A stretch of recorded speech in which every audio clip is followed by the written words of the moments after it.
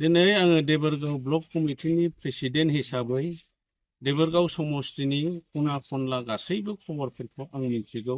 रायजो राजाया मा लुबैदों, रायजो राजाया मा सानदों, बिसोरनि खबरा आंनाव दङ।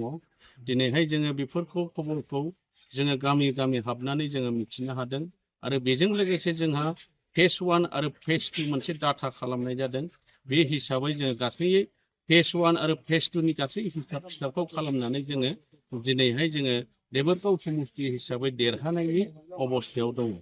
दिनै दासिम जोंनाव 27,000नि बारा भटआ रेडि जानानै दङ।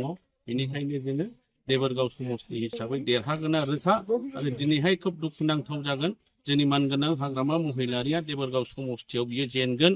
बेनिखायनो आङो गुरैयै खावलायदों बिथाङा जाहाथे गावनि मान सन्मानखौ लाखिनो थाखाय देबोरगाव समष्टिनि अनगायै गुबुन समष्टियाव गेलेयोब्ला बिथाङा खोब मोजां जागौ होननानै जाहाथे बिथांनि मान सन्माना थायो आं बेखौ खावलायदों। आरो जोंहा देबोरगाव समष्टि हिसाबै जोंनिया जायखियानो जाया मानो जोंहा सासे गोख्रों केन्डिडेटआ फैगोन होननानै जोंहा रोखा जाबाय आरो बेयाव जोङो जे मोनसे हाइ प्रफाइल जेरै हाग्रामा महिलारिजों फेर फाथिनो हानाय जोंहा हाइ प्रफाइल मानसिखौनो जोंहा नांगौ।